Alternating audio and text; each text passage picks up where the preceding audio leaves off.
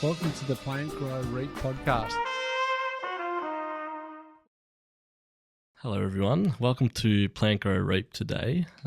My name is Daniel and I'm joined by Selina. Hello. How are you going today, Selina? How am I going today? I'm doing real well, Daniel. How are you doing? Yeah, I'm very well, thank you. Thank you for joining us on this podcast today. Let's get straight into it. So can you tell us a bit about yourself, your background, and then you can delve into how you got the job at Aintree Group? Well, as you said, my name's Selina. I grew up in good old Brunswick and the Coburg area. Did the usual high school, private school.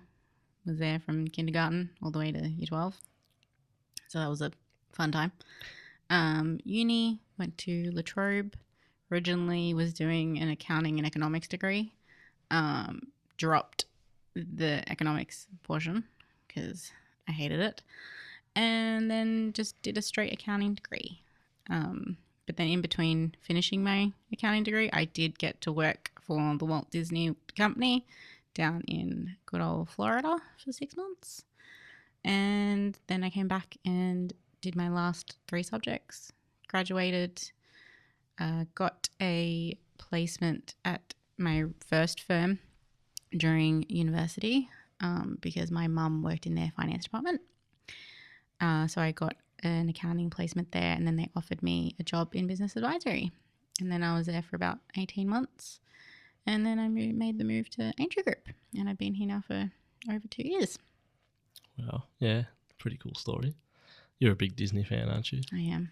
I'm a big Disney fan. So when you just to quickly delve into that, what did you do when you went like just talk a little about your actual role when you worked for them? I worked as, my title was guest operations. Mm-hmm. Basically I did like park entry, so scanning people's tickets, parade control, so it's controlling the people who were watching the parade, making sure they're not going to come into the parade floats and try and make sure they're on the sidewalks. Try and join in, correct. Stop them from trying to join in and getting run over by float. Fireworks shifts, so again, directing people out of emergency ways to not stop and just watch the fireworks and make sure they're in the designated areas to watch said fireworks shows. I did parking, so helped people come into the parking lot, directing them where to go, parking cars, telling where to park their cars. At ESPN, which was my main location, which was very much events based, we also had golf carts where we would drive around athletes in the golf carts with all their equipment out to the fields, because we were a very big complex with like 8 soccer grounds and football fields. So we would drive them from like the entrance or the parking lot down to the areas of play for them. And this pretty much sums up all of my roles or all of the type of shifts that I would have during my 6 months. Pretty cool. Yeah, pretty cool. I'm jealous to an extent. But let's go straight into, I guess, your roles and responsibilities. But now at Aintree Group. So talk to me a little bit about them. Well, when I first started, I started as just coming off from a grad position at my old firm to just an accountant. So the day-to-day doing people's tax returns, doing trust returns, companies. I already had experience with groups compared to just doing one individual or one company, but I had experience with smaller groups with multiple entities already. So that started that with having the wonderful Nadia and Joseph manage my workflow. And then progressively over the last 2 years, I've definitely been given the responsibility to manage my workflow a little bit more by myself, and also helping Joseph with like our interns with Jess, reviewing their work, which was something I never used to do before. Reviewing someone else's work wasn't a thing for me. It was, here's my work to review, and I just continue on my merry way doing my work. So having that responsibility and bringing that onto my plate has definitely been different and interesting to do, especially when you can look at like finer details, but having more of an attention to detail when reviewing someone else's work has definitely been a skill that I've developed I guess you're forced to, right? You're forced to, I think, when reviewing someone else's work compared to you just doing the work yourself and then having someone else review it. Of course, because someone else has already done, 95% of it. Yeah. In terms of the details and yep. Correct. So yeah, those responsibilities, and then definitely having more client contact myself. So when I first started, it was very much client contact between Nadia and or Joseph first or Graham, and then would come to me. But now it's definitely started that I'm their main point of call. Point of contact. Yeah. Yeah. All right. So I guess like with those things like client contact and managing, reviewing, obviously you've mentioned attention to detail. What other skills do you think have helped you, I guess, start molding into that role or becoming more of a, I guess, reviewer and manager in some aspects, job manager, client manager, that kind of thing? I think your own personal skills in the accounting field that you develop over the years, like it's always developing, it's always changing, you're always learning something new. Developing those skills for your own self help you review someone else's work and help and try to help other people grow by trying to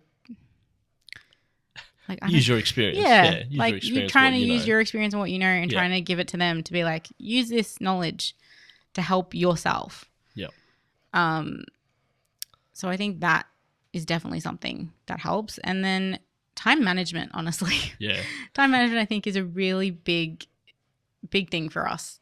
That it's, because you have your own work that you need to do that you're going to have someone else review.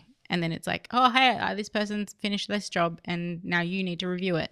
But you also have so much work on your plate for yourself that you need to get done, apart from reviewing someone else's work. So having the skill of time management, I think, is definitely something that helps. Yeah. Do you think it's almost vital in our kind of roles? Absolutely. Especially with budgets and timesheets. Yep. Just in general, I think time management is definitely something that is beneficial and needed in our scope of work. Yeah. Sometimes time gets the better of us and you're just like, oh, well, that took longer than you thought. Or something gets pushed out to a week later than you expected it to. But things happen. Correct. You have urgent jobs come in or urgent tasks and you're like, I need this done now. And you're like, okay, let me just put this down and start that. Pretty much the nature of it, right? Nature of many things. All right. So what do you, I guess, enjoy most about your job at Aintree Group and I guess the culture that you work within or around? I think the people, definitely.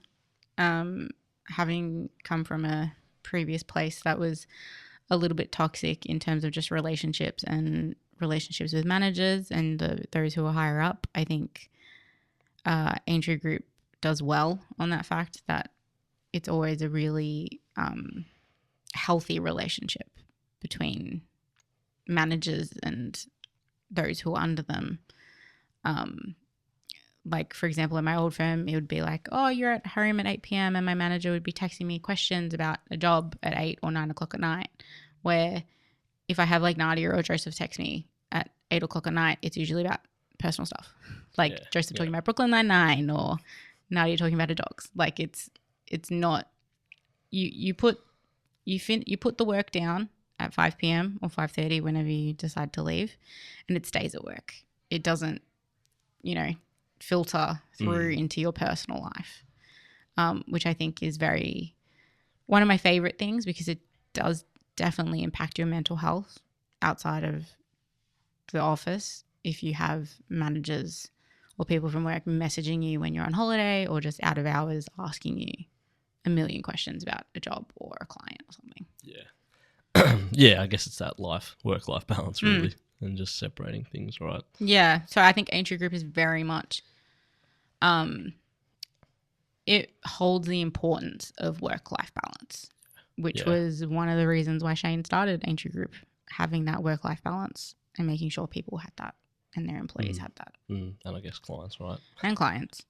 But yeah, I think having that is definitely something that makes working in Aintree Group one of the best places to work. Yeah. We'll take that. All right. So, one of your favorite moments, or anything that comes to mind when someone asks you for a memorable moment at Aintree Group?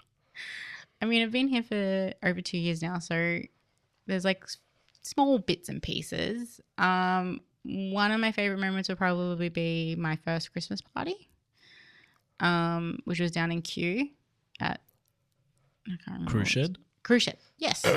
Cruise Shed. And getting to know people who I hadn't really spoken to throughout my time already, like my 6 months at Aintree Group, because they made sure that we were sitting on separated tables. Excuse me, it was randomised, wasn't it? Yeah, it was randomised. That, and then our unofficial after party. Yes. Remind me where we went that night? At the Kilburn. Yes. Yep. I think that's good. probably one of my favourite memories, along probably with, lawn bowls, and just the fun banter that we have in the office on occasion. I think are usually probably some of my favourite memories, or just certain conversations that you've had with people in the office, even if it's about their personal life and not about work. I can agree. Like Joseph telling me he had to call someone out to look at the washing machine or the dryer because it wasn't working when he lived with his housemates, and none of them cleaned out the lint compartment. So they had to pay a guy to come out and tell them, boy maths, right? Yeah, boy maths. They had to replace the filter because they didn't clean it, and they didn't know you had to clean it. And I just, I think those moments where Joseph says something to me and I just look at him like, of course, because you're a boy. Yeah, look, I wouldn't have known. I don't know that you need to clean that out either. So yeah, you do. Otherwise, you start. Yeah, well, now I know. Now I know. Or it was like the other day when he asked me if he could wear chinos to a black tie event. And I said it's black tie. You can't wear chinos to a black tie event. Oh, Joseph, just Google it. That's what I said. I said, you've got a girlfriend. I was like, ask her. She can tell you what the black tie dress code is. That's what happens when you come from the country. But no. I think that's fair. Like, just relationships that develop over time, and obviously you need time to develop those relationships and moments and parties and those kind of things. So yeah, absolutely. Yeah, no, definitely understandable. All right, so outside of work, passions, hobbies, what do you do to unwind? I mean, like you mentioned before, Disney. Yep. Anything Disney related. Like shows, everything, movies. Everything. One of our clothes. Yeah, I do have a lot of Spirit jerseys that have Disney related things on them. But like one of our our common interest is Marvel. Mm-hmm. So, watching Marvel, watching deep dive YouTube videos in terms of connections and things that we're missing. YouTube is definitely one of my things that I enjoy using as a unwind tool, as an unwind tool to unwind. And unwind. Especially like I like sometimes videos where I don't have to watch it, but I can just hear stuff. So a podcast. Well, it's kind of like a podcast. I watch this group of people who read Reddit stories, and they kind of discuss Reddit stories on certain Reddit threads. So like the Am I the Asshole ones and all those type of things. Yeah. So doing that, I like to sing. So I am a singer, and I have I have a vocal lesson once a week, and I do participate in choir every 2 weeks. So that's usually one of my tools to unwind as well, along with just a good book. Honestly, reading a good book will help me unwind. What about? Yeah, and in terms of hobbies, I do like a little bit of PlayStation. I'm a little bit of a gamer. I do like to lock myself up in our garage where my PlayStation 5 sits and just play for hours. Unwind. Yeah. And unwind, some with Hogwarts Legacy. Yep. Very good game. What about your music? Music. I think most people in the office know you're what do they call them? Swifties. Swifties. Yes. In terms of my music, I am a huge Taylor Swift fan. Big Taylor Swift fan. I'm the resident Swiftie of our firm, you would say. For sure. Yeah. For sure. But you do attend a lot of other concerts as well. I do. I like a lot of country music Mhm. and pop, but I have a very eclectic music taste because, like, on one scale you've got like Taylor Swift, and on the other scale you've got Green Day, like, or Panic at the Disco, or Fall Out Boy, and then like Dolly Parton. Yeah. So Okay. yeah, you have a big wide mix in. Yeah. My Spotify Wrapped is always interesting, but Taylor Swift usually comes first, and then the 1975 comes second usually. Yeah. So When they both last came, how many concerts did you attend in Australia for each one? for the 1975. Yes, because I feel like you went to a couple. I went to 3. I went to Right. the Adelaide show and then both Melbourne shows for the 1975. Yeah, well, it's a good effort. And then when Taylor Swift last came, I went to Brisbane and Melbourne for the Reputation tour. And then for the upcoming Eras tour, I will be at a Melbourne show and a Sydney show. Right, and that's all she's doing, isn't she? Both Melbourne and right, Sydney. yeah. Yes, correct. But she's doing 3 in Melbourne and 4 in Sydney. Wow, okay. Damn. But yes, I am Mm. I am the Swiftie. Yep. I mean, I have the lovely Jess, who is also somewhat of a Swiftie. Mhm. So she will get excited for me when something Taylor Swift related happens. But most of the time, I'm a Swiftie by walking past my desk and seeing the photo that I have printed out with me and Taylor and my mum from 2017. Yeah. No, it kind of leads into one of my next questions. Important people in your life, and I guess how they've supported you. Obviously, Taylor Swift is probably one. We all kind of have those idols and people or famous people that we love and help us get through tough times. But talk to me a bit about anyone else. Well, apart from Taylor Swift, my mum is probably the biggest person for that, to be honest. Growing up, it's been pretty much of like a single mum kind of relationship. I didn't have the best relationship with my dad, so it's always been my mum. And she's definitely helped me, push me to be the best that I can, and also to, not be so hard on yourself in times, but also just to kind of not give up. Like as a kid, when you go, this is too hard. As a teen, like, this is too hard. She's like, no, you can do it. Like, I was never a big fan of high school. Never really enjoyed school. And I was adamant going after year 12. I was like, oh, I can't do uni. I'm just going to fail. Like, I just can't do it. And my mom's like, no, you can. Like, doesn't matter what age you are. And she had worked at the bank for pretty much her whole life, and she decided to go get a degree and show me that no matter what age you can get a degree. So she helped me a lot, and she definitely is like my number one. Yeah, in that regard. Mm. So you mentioned a couple of things, but in terms of like advice she's given you or other people, or like what do you kind of live by? Definitely her whole don't give up, and doesn't matter what age you are, you can always accomplish anything. Is something my mum has definitely said to me a lot. There's a Disney quote again, that is, there's a great big beautiful tomorrow, which is to do with a ride. But that is definitely something that helps me move forward in my days, that you may have had a bad day today, but guess what? Tomorrow's just going to be fine. It's going to be great. So yeah, that, and then keep moving forward. I think it's something that you definitely need to look at. That positive mindset. Positive mindset. That we all try and force ourselves to kind of have in a way. Yeah, yep. Just to, I guess, end with a question to end with. If you can give your younger self, if you could give your younger self any piece of advice, what would you say? I'd say enjoy the moment. Don't rush. Some things might take time, but you get there when you get there. Like I look back, sometimes like it took me a while to finish my degree because it was a 4-year degree into a 3-year degree, and then I took time off to do Disney and stuff, and I didn't enter the workforce until I was much older than everyone else our age who entered the workforce at that point in time.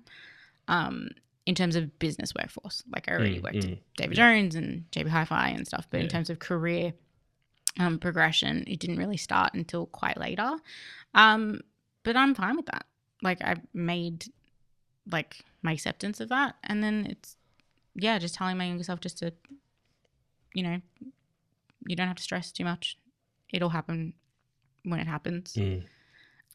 Same way I've told my family friend who's currently about to sit her year 12 exams, who's stressed as hell, which is understandable. And I just said, look, you will get into uni no matter what. There are other avenues if you don't do well on your ATAR. So, yeah, I just think that would be something that I would tell myself. Yeah, no, definitely agree. I guess the mindset of you'll figure it out. And no rush. And no matter what age you are. Yeah. You can, like your mum did and showed you, she can do whatever you want, really. Correct. So it's like it'll come when it comes. Correct, yeah. That's great motto to live by. And I guess with that, we'll wrap it up. But thank you very much for being here and talking and opening up a little bit as well. Thanks. That was great. Thanks everyone for listening and watching. Enjoy the rest of your day and night. Thank you.